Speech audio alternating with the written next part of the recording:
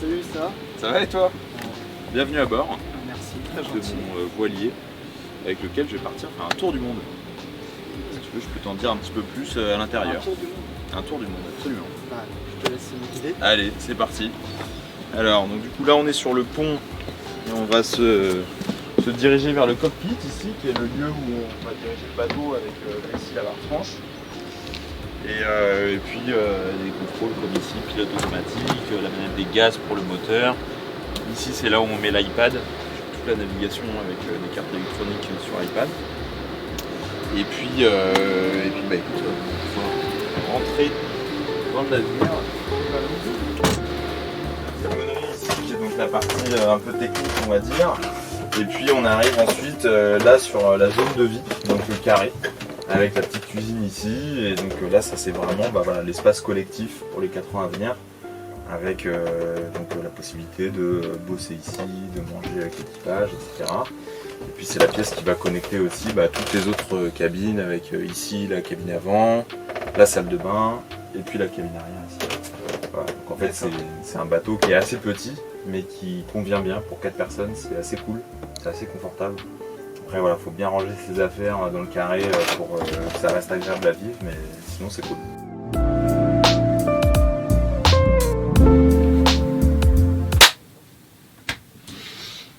10 ans de métier. Moi je m'appelle Victor, je suis réalisateur de films depuis 8 ans et j'ai créé une expédition qui s'appelle Captain Darwin, dont l'objectif est de réaliser à la voile un tour du monde pour refaire un itinéraire très célèbre qui est celui du scientifique Charles Darwin. Et l'objectif de ce voyage, ça va être tout autour du monde d'interroger les scientifiques sur la manière dont la biodiversité a évolué en 200 ans entre l'époque de Darwin, donc dans les années 1830, et aujourd'hui. Et tu es marin déjà à la base? Alors à la base non, je suis pas marin. En fait c'est une compétence que j'ai dû apprendre avec le projet Captain Darwin. Le bateau que j'ai acheté, ça fait 6 mois qu'il est à l'eau, et faut que tu t'imagines que avant que je le mette à l'eau, moi j'avais aucune compétence en voile. Donc j'ai habité pendant quasiment 2 ans en cumulé sur le bateau qui est juste à côté du mien là, en ce moment, qui est le Wai, le bateau de North Pole. Mais quand j'étais sur ce bateau-là, j'étais caméraman. Donc du coup, je m'occupais pas du tout de la partie voile. Et quand j'ai eu l'idée de Captain Darwin, je me suis dit mais c'est trop cool, vas-y, tour du monde à la voile, top. Mais en fait, je me suis rendu assez vite compte que il y allait avoir un petit souci, c'est que pour l'instant, j'avais aucune notion de voile et qu'il allait falloir que j'apprenne. Et donc voilà, en 6 mois, j'ai passé le permis côtier, j'ai passé le permis voiturier, le CRR là récemment, le certificat restreint de radiotéléphonie, pour apprendre à se servir d'une VHF. J'ai fait un coaching d'une semaine avec un coach qui est venu sur le bateau. Et je me suis remis finalement dans une phase d'apprentissage intense là-dessus, et ça m'a fait beaucoup de bien, parce que j'aime bien moi apprendre de nouvelles compétences. Et je pense qu'aujourd'hui, je suis pas loin d'être prêt à gérer le bateau sur les 4 ans. La première fois que j'ai navigué avec, j'étais pas hyper serein. Mais petit à petit, on trouve la confiance au fur et à mesure de l'expérience et des sorties, donc ça c'est cool. Ok, et dans ce fameux projet, est-ce que tu as une équipe derrière toi? Absolument, ouais, complètement. C'est un projet assez ambitieux en fait, en termes de... Voilà, on va rester 4 ans en mer. On a dû préparer le bateau sur lequel on se trouve ici, donc c'est des projets qui sont pas possibles tout seul. En fait, on peut pas tout gérer tout seul, donc il a fallu que je constitue une petite équipe autour du projet. Donc c'est une équipe déjà qui s'est investie pas mal sur les 2 années de préparation, donc des gens qui se sont investi sur le chantier du bateau par exemple, mais aussi sur toute la partie programme pédagogique, recherche documentaire, recherche de financement. Il y a aussi quelqu'un qui m'aide sur la partie visa pour rentrer dans les différents pays où on va aller. Et voilà, donc déjà il y a cette partie-là de travail préparatoire qui est faite en équipe. Et sur le bateau, je ne serai pas tout seul non plus, on sera un équipage de 4 personnes. Donc il y aura des marins qui vont m'accompagner sur les phases où la navigation peut être un peu délicate, donc par exemple les traversées océaniques, ou des endroits comme la Patagonie qui peut être assez compliqué. Et il y aura aussi sur le bateau des plongeurs, des scientifiques et parfois d'autres caméramans, d'autres réalisateurs qui vont pouvoir m'aider à raconter ces histoires de biodiversité. Comment est-ce que parce qu'on peut le rappeler peut-être pour les gens qui ne savent pas, tu as déjà fait plusieurs expéditions, Oui. Notamment au Groenland, Mhm. en Polynésie française, Mhm. et tu as fait le passage du nord-ouest, si Nord-ouest, je dis pas de bêtises. exactement. Et comment est-ce que tu organises ton quotidien à bord d'un bateau? En fait, un bateau, il faut le voir comme une espèce de maison miniature. Ça veut dire qu'il faut gérer ses relations humaines sur le bateau. En fait, c'est ça l'élément primordial pour organiser sa vie à bord. C'est de bien s'entendre avec les autres équipiers. Parce que, à l'inverse de ici en France, où si, je sais pas moi, il y a un copain avec qui on est en coloc, on n'en peut plus parce qu'il est chiant, bah, on a juste à sortir, faire un tour, et puis dormir chez quelqu'un d'autre, et puis voilà, on ne le voit plus pendant quelques jours, et c'est cool. Sur un bateau, évidemment, bah, on ne peut pas faire ça, parce qu'on va imaginer qu'on est en plein milieu de l'océan Atlantique, donc bah, il faut trouver des techniques pour bien s'entendre avec les gens. Donc déjà, ça veut dire les espaces communs, les espaces collectifs, comme le carré dans lequel on se trouve. Bah, il faut faire attention à ne pas laisser traîner ses affaires partout, bien ranger ses affaires dans les équipets dont on a la responsabilité, et puis réussir à créer une sorte de bulle, j'ai envie de dire. Parfois quand on veut s'isoler, on ne peut pas s'isoler physiquement, mais par contre on peut un peu s'isoler dans la tête. Donc ça va être prendre un bouquin et puis se mettre dans sa cabine, buller, vraiment voilà, réussir à trouver un temps calme où on est en dehors du collectif. Et en même temps pour les autres, ça veut aussi dire de repérer quand il y a des gens qui veulent s'isoler, sans que ces personnes-là aient besoin de le formuler clairement, et de sentir, voilà, il y a quelqu'un qui est un peu en retrait, donc on respecte ça, on laisse la personne faire sa life, et puis bah, quand la personne est ressourcée, bah, elle peut revenir dans le groupe. Sur ton parcours scolaire, qu'est-ce que tu as fait comme études?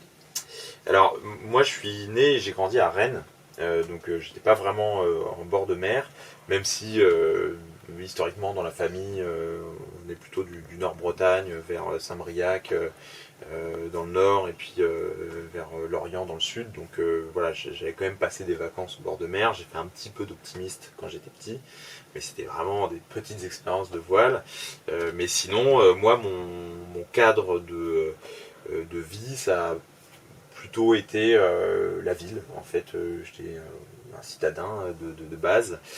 Et donc, il n'y a rien qui me prédestinait vraiment à faire ce projet-là aujourd'hui.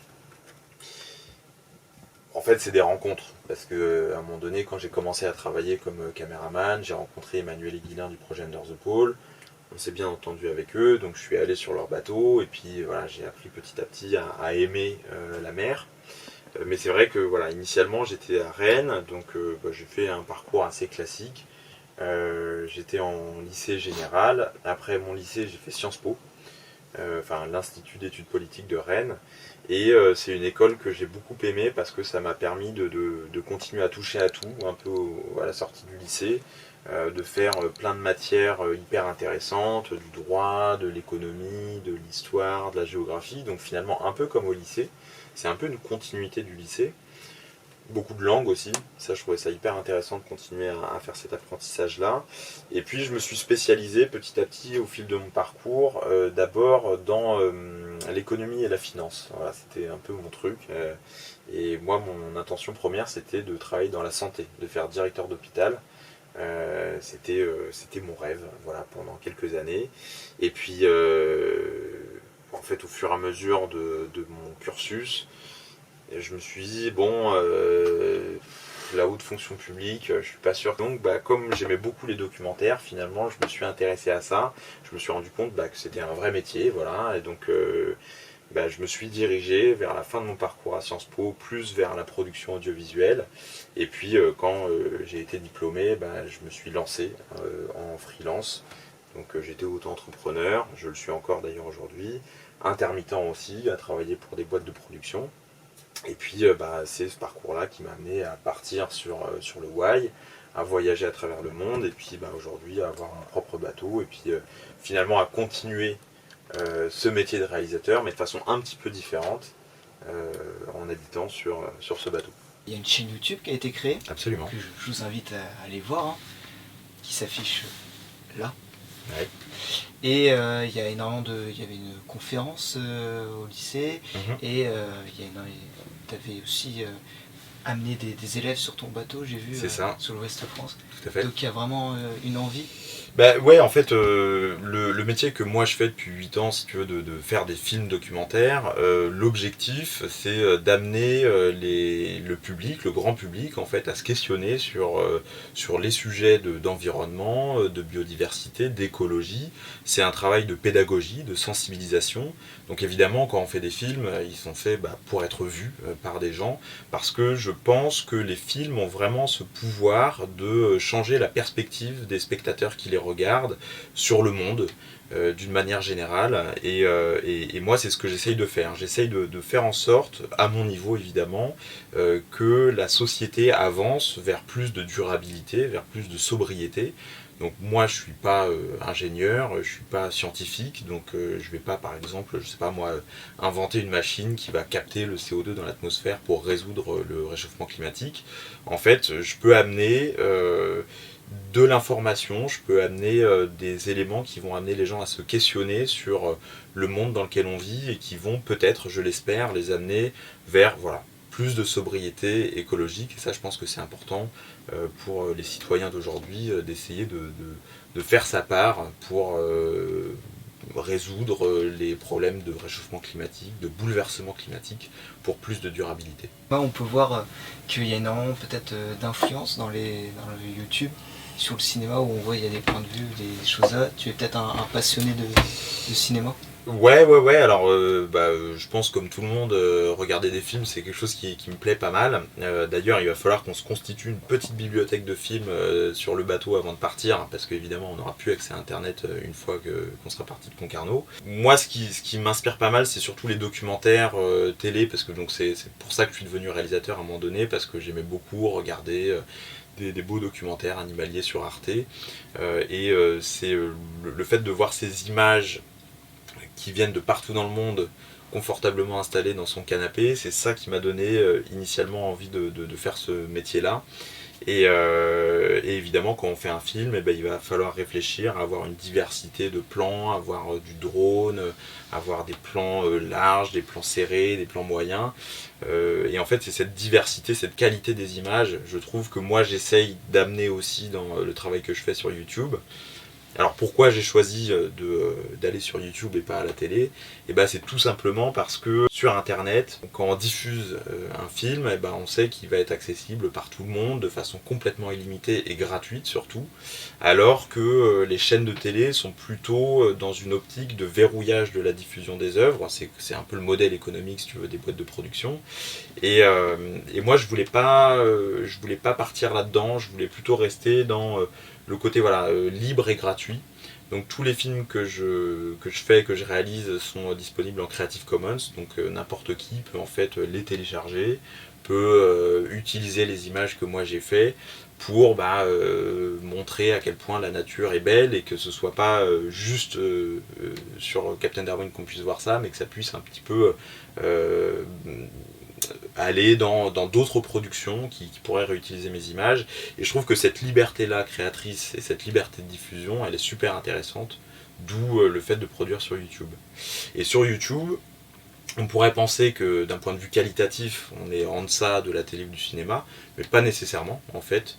On peut très bien avoir des standards de production très élevés, faire des très beaux plans de drones, de sous-marins, etc. Et malgré tout être sur internet. C'est tout à fait possible. D'accord. Et durant ton expédition, comment est-ce que tu vas faire pour continuer du coup à publier sur YouTube? Est-ce que tu vas attendre la fin de l'expédition ou les escales peut-être? Alors, en fait, je serai pas tout le temps en mer, assez régulièrement, comme tu l'as dit, je serai en escale, au Cap-Vert, au Brésil, en Uruguay, en Argentine, pour ne parler que des premières.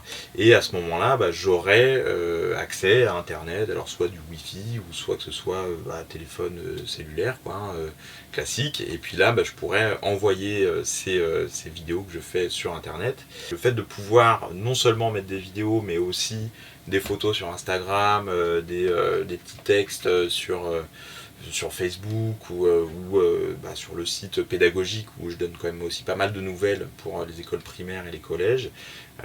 C'est, je pense, une nouvelle façon aussi de raconter les expéditions qui, moi, m'intéresse beaucoup.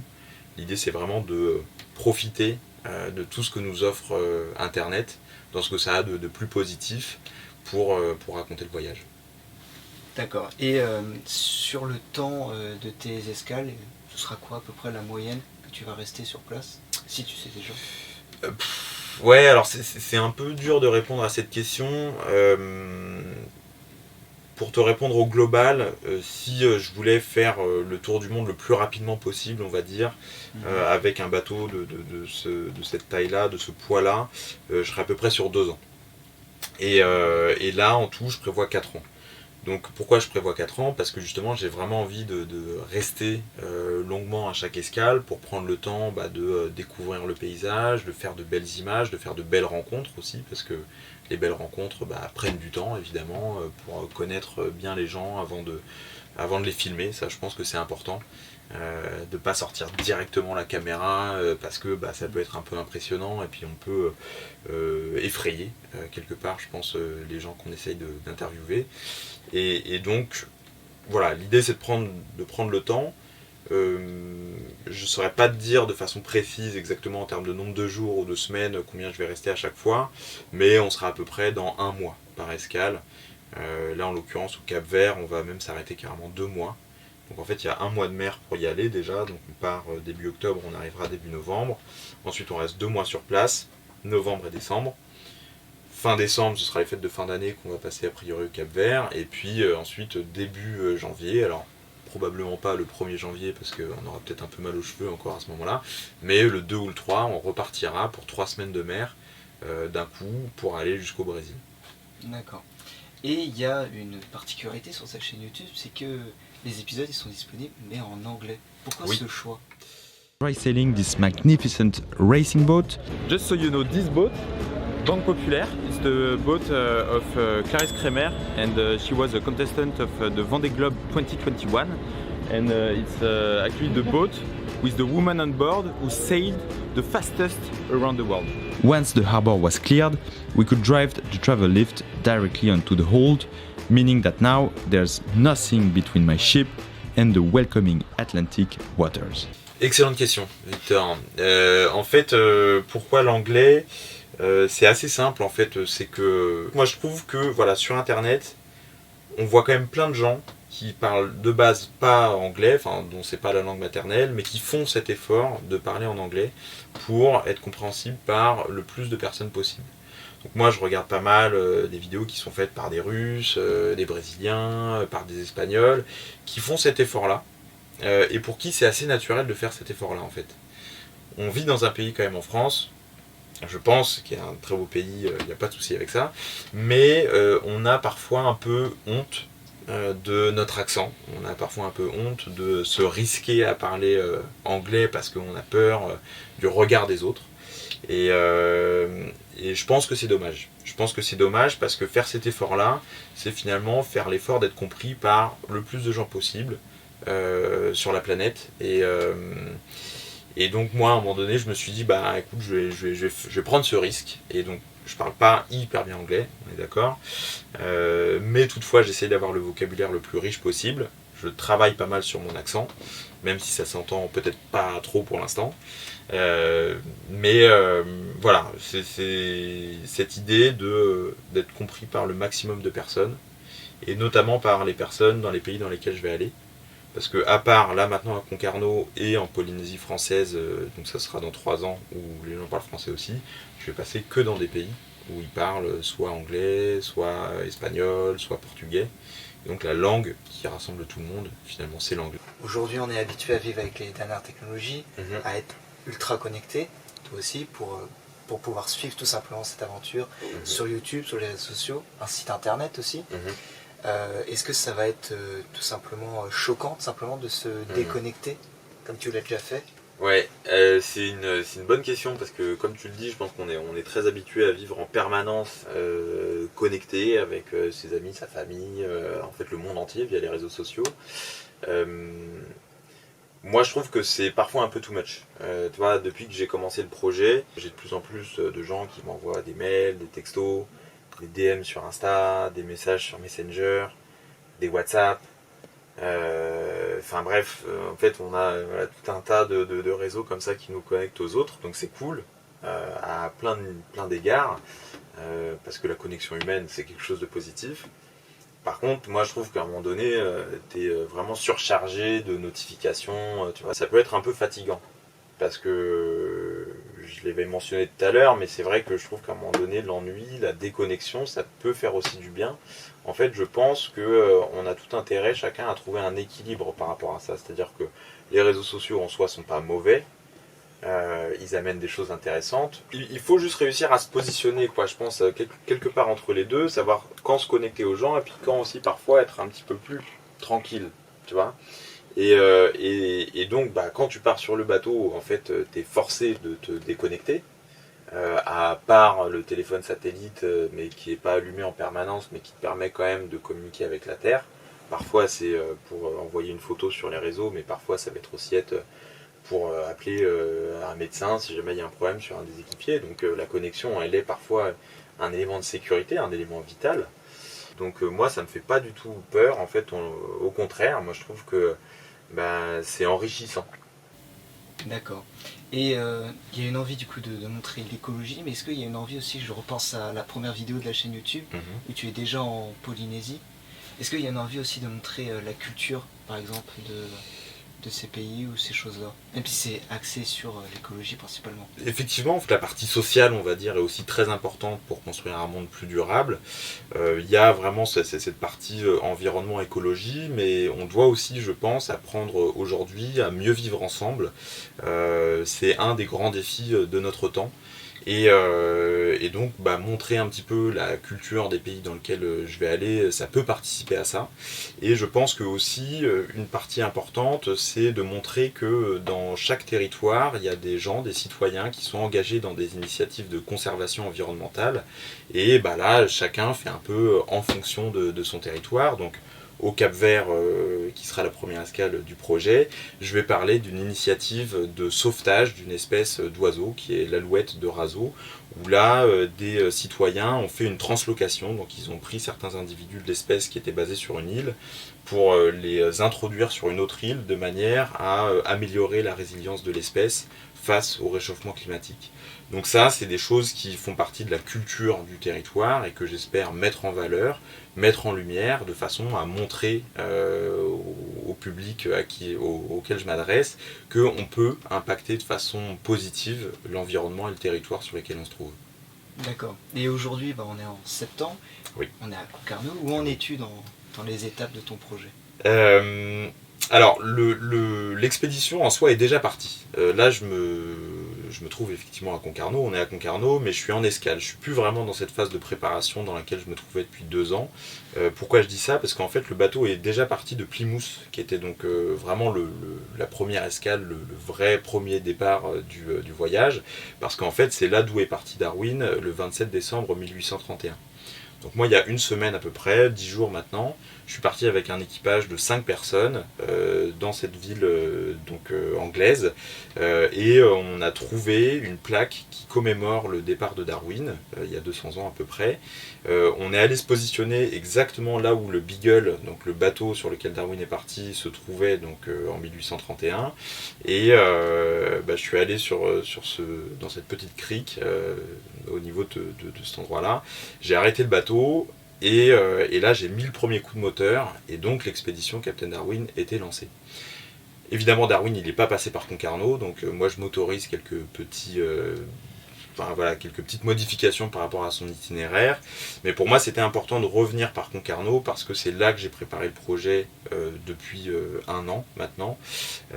Et je voulais aussi dire au revoir, on va dire, à la famille, aux amis, aux partenaires aussi qui soutiennent le projet de façon un peu festive. Donc dans une semaine, c'est ça, on est samedi, donc pile dans une semaine, en fait, on va faire 2 jours de festivités ici à Concarneau. Et le dimanche 3 octobre, à 15h précise, je vais larguer les amarres pour aller au Cap-Vert, qui sera la première escale du projet.